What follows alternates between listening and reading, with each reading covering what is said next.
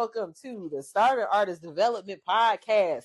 I am your host, Gabrielle Caruthers. We work with artists that also work in the industry. We talk about artist marketing and we talk about building brands and community. Today, I have a very special guest.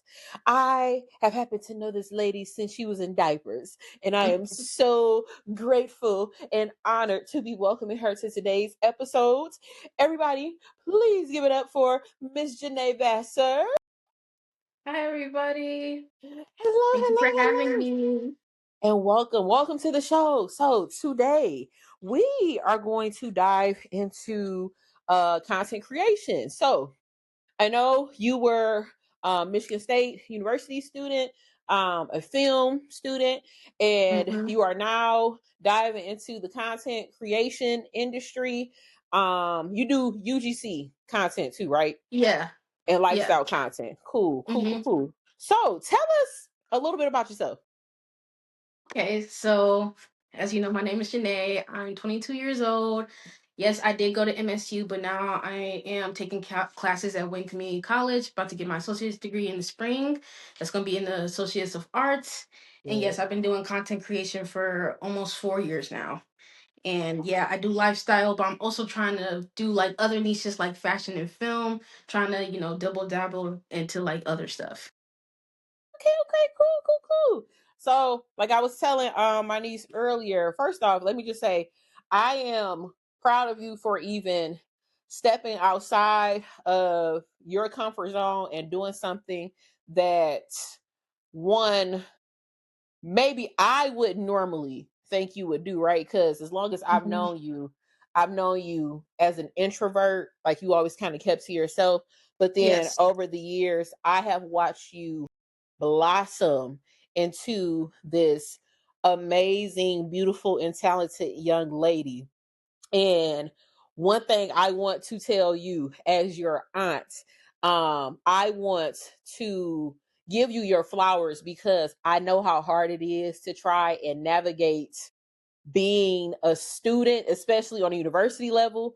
But let me just say this, the fact that you are here and that you have made it this far, it took me 7 years to figure it out. And when I say 7 years, it took me 7 years. I was in school, I dropped out, I changed my major, I came back, changed my major again, and I thugged it out as a dance major, but I had a minor in comp studies, and I still spent another year there because I didn't want to pay the student loans back. So the fact that you've even made it this far, I want you to know that, one, as your aunt, I am so proud of you, and I need you to know that. So thank you for putting in the work. Thank you for doing what you need to do and staying focused, because I know how hard it is, especially when you're trying to navigate the world and you're just trying to figure things out and see like what works and what doesn't work. And one thing I can say,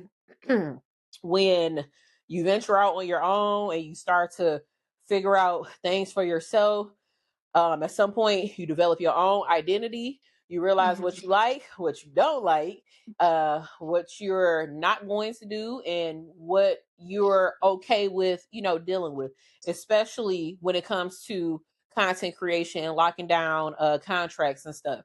So let's dive into that. So I know you were a film student, but you also do a content creation. And honestly, what you've done, you just translated your film industry knowledge and you've applied it to content creation. So you have an upper advantage on a lot of content creators. So that's good. Yes. Yep, that's really good. So tell me about your creative process. Well, when I first started off, I just did it for fun because I saw everybody else doing it, especially like when it was during the pandemic and stuff. And then like right after, it was like my first year of college. So I would record myself going to class, getting ready and stuff like that. I didn't really have a goal with it at first, but then I realized, oh, people actually really like this stuff. Like I got engagement, I got people like messaging me, or people like I went to school and said, oh, I saw your Instagram, I really like it and stuff like that. Keep up the good work. So I was like, okay, let me actually put more effort into it. And now since I'm like 3 years down, I actually started planning more. Like for instance, I don't know if you heard of Vlogmas, like what TikTokers do for Christmas. I Mm-hmm. started planning that. And now of course I did stuff for Halloween and stuff like that. And now like after December I'm gonna plan stuff for like Valentine's Day and stuff like that. So now I just write out all the stuff I want to do or like all the trends I want to try. And then like I would do batch creating. Like I would take the whole day like recording stuff so I don't have to do it every single day. And then I would just like schedule it for like different times throughout the week so I can keep getting engagement. So that's how I plan it. So tell me about your process as it pertains to batch recording. Like, what does that look like? How do you plan out your content?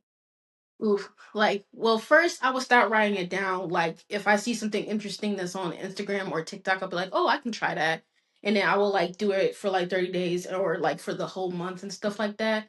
And then with the batch creating, like with the tripod I'm using to actually hold up my phone, I would like do makeup or I do like getting a ready with me, doing hygiene and stuff like that.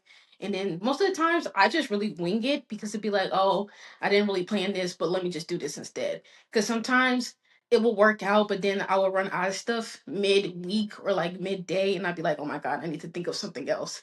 So I just like if I'm going to work, I'll be like, okay, let me record this to replace that since I can't do it. So it mainly works out like that. Like 90% of the time it will work out, but 10% of the time I'm just swinging it. Hey, listen, there's nothing wrong with that. One thing I can say, we're a lot alike when it comes to content creation. I made a post earlier today about just the process of even starting a podcast. So of course, I had a podcast under G Marie Taught Me, and Hmm. it was 8 years old, but I only did like 4 years of podcasting, and then for 3 years I went on a hiatus. And now that I am launching an entirely new project, what I am finding in this process is that it's more tedious when you Yeah. do audio and video podcasting, but also increasing your digital footprint is tedious as well. When I started out podcasting, um, I didn't really have to be on social media that much. And now Hmm. I am finding that if you do not batch record your content, it's almost like you're bound to fail as a content creator, right? In the digital Yes. space. So tell me about the days where you're like, man, I don't feel inspired, but how can I find inspiration in spite of not feeling inspired during the creative process? Ooh, that's a very good question because the 2 weeks ago I did nothing the whole week. Like I was just laying in bed, like bed rotting and just scrolling, watching other people post content, and I was just like, oh, that's nice. I don't feel like doing that. Especially like when it's like I'm in school and then I have an exam and stuff like that. I have to study. I'd be like, oh my god, I don't feel like doing nothing else after this. Especially with work too, since I'm mostly closed. I'd be like, no, I don't feel like recording my night routine anymore. So what I do like get inspiration, like I will see other people. Like I feel like when you see other people talk about the same thing you're going through, like how you just told me, like you do the same thing, or I see somebody post online like, oh, this is my lazy routine. Like I really don't feel like content creating or nothing like that. It makes me feel seen because I'm like, I'm the same way. I literally don't want to do it, but then that gives me the motivation to do it. Be like, if they can just record themselves just laying around the house, I can too. So I can still get that engagement. I can still get people liking and commenting on my stuff, and I still can get my work done as well. Good. Yeah. Nope. Like I said, I'm with you 100%. I mean, one, I know what I would say late millennial Gen Z, right? Late millennial Gen Z, because you're Hmm. 22 and I'm Yes. 36. And I know with our age gap, your age range, they're used to being online all the time, right? Yes. Um, but I know like my age, people that are my age, we we grew up, believing that it's best to keep things to yourself and to like keep things private and stuff. And to not tell everybody your business, right? But when Most you definitely. are, yeah, and it's hard because when you're working, especially when you're an artist, when you're a creative, you find, or at least you try to find, the balance of telling your audience what you want them to know while also keeping some things, personal to yourself. So how do you find that balance with your content creation where you create certain things for your audience, but then there are also some things that you want to keep sacred for you? Well, that's a good question because I know nowadays people love being into other people's lives because they just like that type of drama or tea. But I just feel like with that, I can't really go into it because me personally, it's just some things I don't want y'all to like people to know. Like, I understand some stuff like, oh, finding out like different hobbies I like, or like I'm in school or something like that. But when it gets down to like really important stuff, like stuff I like keep away so other people don't know, I can't do that. I personally would just keep it like at a certain different level. Like, it's fine to know like what career I want, what school I go to, and stuff like that. But anything else, no, unless you're like a friend or like somebody I know you for a long time, then you will know. But no, I can't do it. It's Yeah, I just not this. understand. It's just not the type of content I want to be out, especially if I was involved with like some type of drama or something like that. I just feel like that's kind of messy, and it's not the type of what you call it image I want for myself. I understand. I agree. I will say this, and this is it's kind of going off record, but it's not. Um, I struggled with posting about Kira. I kind of did too. Like, I didn't want to post too much. Like, for when we did like we had the Airbnb for her. We were at like Upper Michigan or something like that. I didn't post a lot because I didn't want it to like, especially not with her in it, because Yeah. I didn't want them like somebody to find out and be like, oh, what's wrong with her? Why Right. do you have her in there? And I'm like, it's not your business to Yep. know that. So I Yeah. was just like, I don't want them to ask that, especially since we were already going through a tough time and stuff like that. So I was like, I'm just gonna keep it minimal. Yeah. Yep. And I only say that, and I probably needed to say it out loud Yeah, because um during the process of batch recording stuff, definitely I struggled with whether or not to post about what was going on with right. Kira, right? And I say that because when I started going through videos of like all of us from our trips and stuff and seeing the amount of content that I collected from just us just all going out and traveling and stuff together, there were some memories that I'm like, I want to hold on to some memories. And then there were some memories I wanted to archive because I knew that unfortunately I had to reshape my digital footprint under my personal brand, which kind of sucked for me because there were videos that I archived so I could still go back and watch them of like all of us spending time together, right? Yeah. And I'm gonna be honest, and I can't believe I'm actually like over here tearing up about this, but when I had to start archiving videos, that was hard for me too, because I felt like I was erasing a part of my life, or I felt like I wasn't being authentic in my digital creation process when in No, actuality, same. yeah, Same, because like people want that type of realness and reality, but it's just like at the same time, that's the part of my life I don't want you to know. I Like, don't I want don't you to. want you to know that I'm over here sad and depressed because of what's going on with my cousin and stuff like that. And then especially because a lot of people could like some people they will see like have empathy and stuff like that, but other people they will take it and just turn it into something it's not. And I didn't want that, Absolutely. especially during that time. Absolutely. Absolutely. And ooh, child, listen, y'all know I'm the sensitive one, okay? No, But you're good. You're good. but yeah, so okay. On a lighter note, Yes.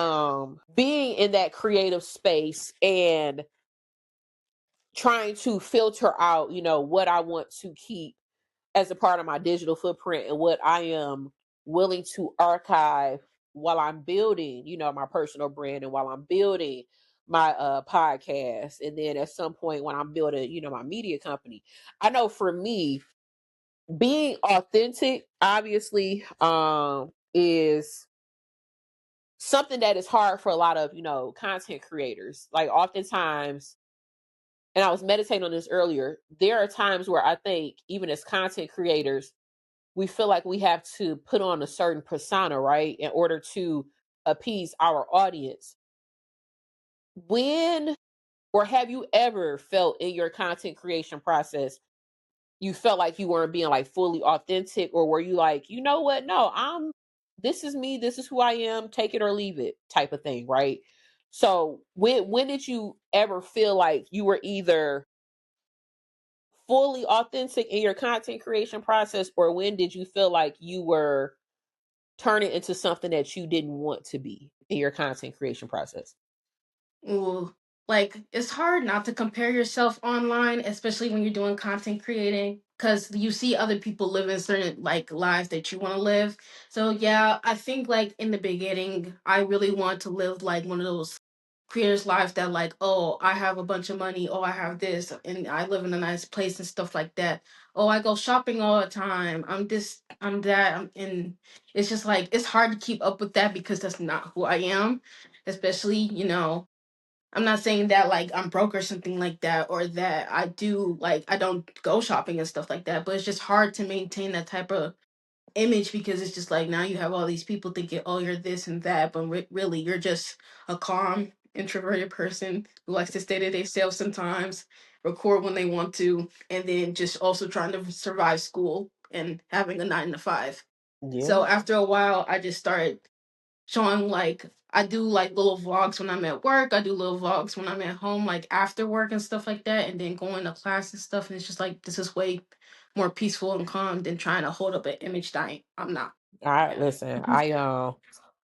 and I am proud of you for like even recognizing it and saying like, you know what, I know this is what it's supposed to look like, or what people feel like, the content creation space is supposed to look like, but in reality, like, this is what I am dealing with, as a college student, still working, still trying to maintain, and still in the content creation process. I don't want to portray myself as something that I am not. Like, this is who I am. This is the person that you're going to get. Either you like it, or you can You find don't. somebody else to follow, right? But Right. also, the good thing too about the content that you are creating is that there are so many people that resonate with what you're doing. I Yes. remember being a college student. I remember trying to balance 2 and 3 jobs while also going to school full time. When I first moved in with Andre and taking on that responsibility of like finally paying my own bills and stuff, and also trying to have a social life and stuff, right? Like I was around the same age as you. Yeah, same age as Right. you. So I definitely understand and empathize with that process of just going through adulthood, because I don't necessarily see it as a struggle. I see it as growth. I see it as opportunity. I see it as discovery. I see it as rediscovery. um the good thing about being a content creator in your 20s is that you can make all the mistakes. Oh, you have froze. It just started the entire recording over. What? Oh no. I gotta tell my friend that I have to call him back. It literally just started the entire recording over. Oh my god. I'm so And we were mad. saying such good stuff. This is the second time this happened today. The second time. Oh my gosh. Earlier, it happened with my friend Nick, Mm-hmm. where his stuff was grainy. It was so grainy. And we had to stop the recording because you couldn't even see his face. And then Wow. I cannot. Oh, this platform is gonna stress me out. It's like I like it, but I also we want to choke these people. So we literally just sat here and we just recorded. We had this amazing conversation. Mm-hmm. I'm gonna call that man later, but it's recording now, and I have to figure out how I can put both videos together because I don't even know how I can do this.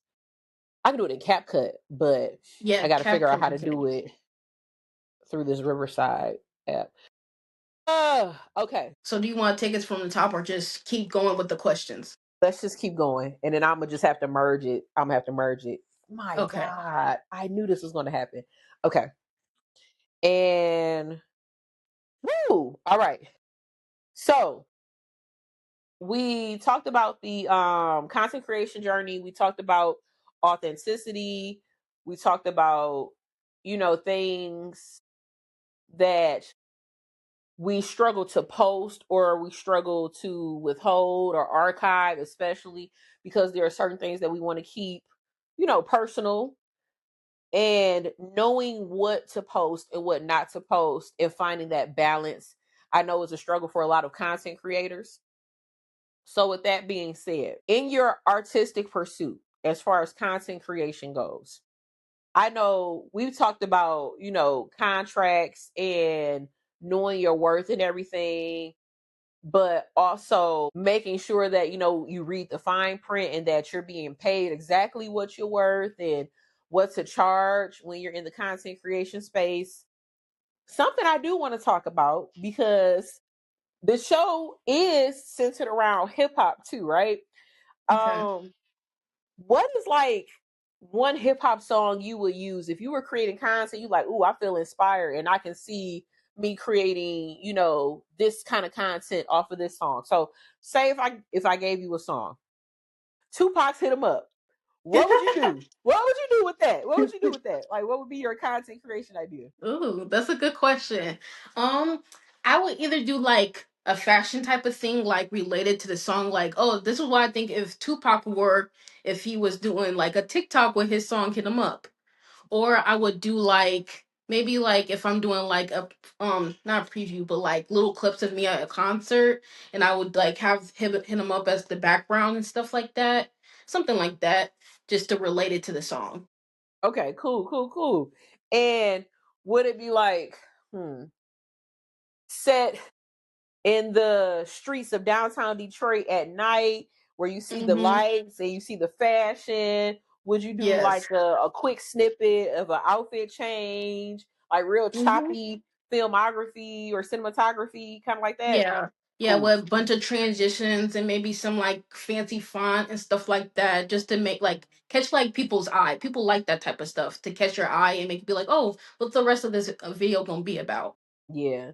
Now I don't know if you're like me, where you listen to a song and you can immediately imagine what that scene would look like if the song were playing in the background. And this is like diving into cinematography now, right?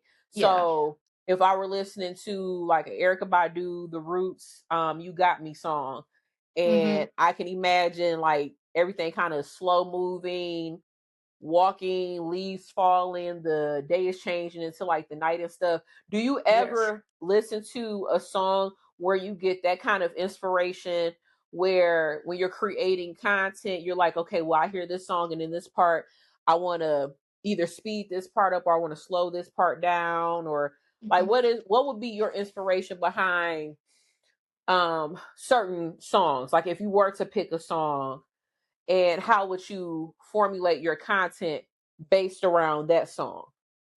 I So like literally what would do be that your like favorite song? I do that every single day, even if it's like rap, pop, musicals. I listen to musicals too. I do that all the time. Like when I do like morning routines and stuff like that, I like my mornings to be calm and like stress free. So I'll do something that's like a lo-fi beat, something that's calm, and then just peaceful. But then if I'm like out with friends or we're like at an arcade or we're doing bowling, stuff like that, I'll do something that's more upbeat. Like maybe like Kalani's Folded song, something like that. Nothing Mm, too chaotic, but something that will get you like moving and like lip singing and stuff like that. Then like if I was doing something more chaotic, like maybe going to an amusement park or something like that, or at a concert, I would do something like if I was at, because we recently went to like Raw Wave and stuff like that. I would do one of his songs, one of his upbeat songs and stuff like that, so you can make a connection. Then I could also do like maybe Bruno Mars or something like that, okay. something to grab like the audience attention to what I'm Okay. doing and stuff like that. And see, y'all, Rob Wave is my big X the plug. Like That's funny. yeah, I love Big X the plug. Like I can literally see myself creating certain content around certain songs, and literally setting the scenes and stuff, right? Which is something I kind of wish I would have double majored in film and dance. One of my old colleagues did that at Wayne State. It was hard, Mm, but um one good thing about the content creation space, what I have noticed as a former, well, I'm not gonna say a former dancer, but as a dancer, is that you see movement differently than most Yes. people, right? So I was recording my friends teaching a class when I taught DPS Dance Day, and they were jokingly saying like nobody knows how to film a dancer but a dancer, right? There's a certain eye that a dancer has for other dancers, and now that we use our phones to record, most of the content, Everything. that's, yeah, like almost everything, and not even realizing how powerful one phone can be and the type of images you can actually capture just off of a phone, and how you move the phone and move it backwards and stuff. And that was something I was able to explore this summer when I was doing some Southeast Asian weddings, and that Oh was wow. fun. That was actually a lot of fun. So exploring dimension, colors, movement, um their outfits, like how they would dress. Yeah, their weddings are the really pretty. Yeah, and when I tell you, they go all out when it comes to just doing any wedding, because their weddings are normally 3 days. It's a 3-day event. Oh, that's a long time. Sometimes it's 5 days. And I attended a 5-day Southeast Asian wedding. That was in Georgia, where I did some BTS content down there, and that one almost took me out.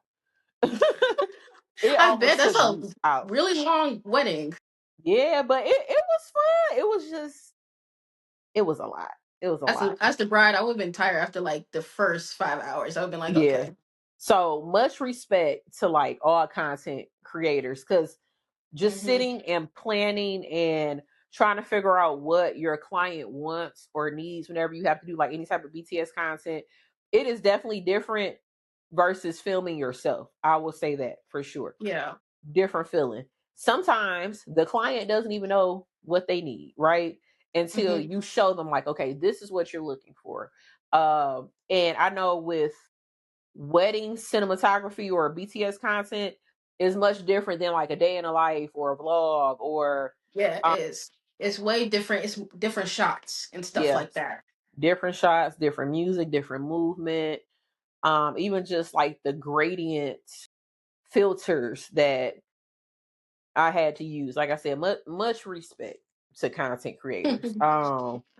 I actually want to try to do a start a business doing behind the scene content because I seen like people at the creators club that I go to, they do it and stuff like that. It looks so much fun to be able to like bring your work into somebody else's life and to because a lot of people don't know how to do this, even though we everybody records stuff, but they don't know how to edit and do transitions and stuff like that.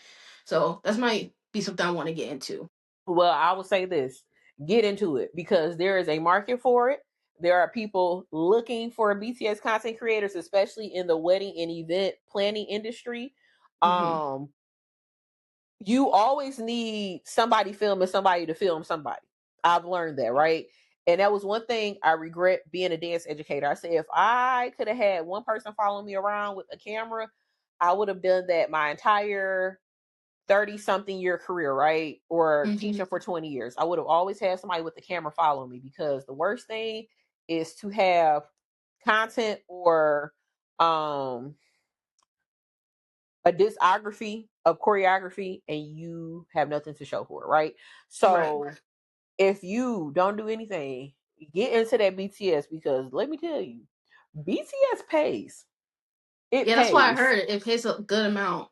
It pays. I got a nice little payout from a couple of the events that I was able to attend.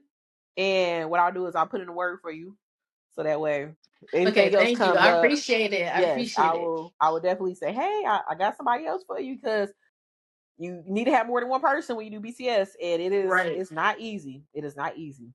Right, because So like even if you have that one person, they could have missed something, and then if you have the second person, they could get it, and then yes, you just put it all together, and it looks so nice. yes, because if it's not taking a picture of whomever your client, getting the close up shot, getting the mid shot, the low level, all of that, like you need Right. at least 2 or 3 people just shooting BTS content, because like you said, I may get a shot, but then somebody else may get a different angle of the shot that I got, and then we can merge all of that raw footage together and splice it and make it look like something. And there's money in Yes. BTS. That's all I gotta say. So, so yeah. So I am going to wrap up our interview for today. Hey, I good. absolutely enjoyed talking to you. It is always a pleasure. Same, And same. listen, and we're gonna do another one. I'm gonna let you know. I will keep you posted. Yes, But please. thank you so much for just joining us today. And where can we find you on social media? Oh, okay. I have a lot. On YouTube, it's Nay's Lifestyle 1498. Then on Instagram, I just recently did a second account. I'm trying to get like into a new niche and stuff like that. My first one is Janae underscore Vasser 14. Second one is She's Creative as Fuck. So yeah. Because Thank they say, you. yes, Oh, and I yes, also yes. have TikTok. You can just search up my name, Janae Vasser, and I should pop up. Okay, spell Vassar for everybody because you know people can't spell. Yes, Vasser, not AR. ER, not AR, like the street Right. in Detroit. That ain't it. All right. Well, thank you again for joining us on the Starving Artist No Development problem. podcast. Thank you for having Again, me. it was a pleasure. It's always a pleasure talking to my niecey Pooh. And you can find us on Instagram at Starving Artist Development. You can also follow us on Facebook or like us on Facebook. You can follow us on YouTube as well. We're under Starving Artist Development. Okay. And we're on TikTok, but under Gabrielle Caruthers. So I post Mm-hmm. from time to time on TikTok, but I am trying to up my TikTok presence. But you can catch me on Instagram for sure. And I am also on LinkedIn, and I will start posting more articles, maybe on LinkedIn or maybe on Substack. We'll see. Okay. But look out for more episodes, and I appreciate everybody for joining us today. Mm-hmm. I will see you all later. Bye. See ya.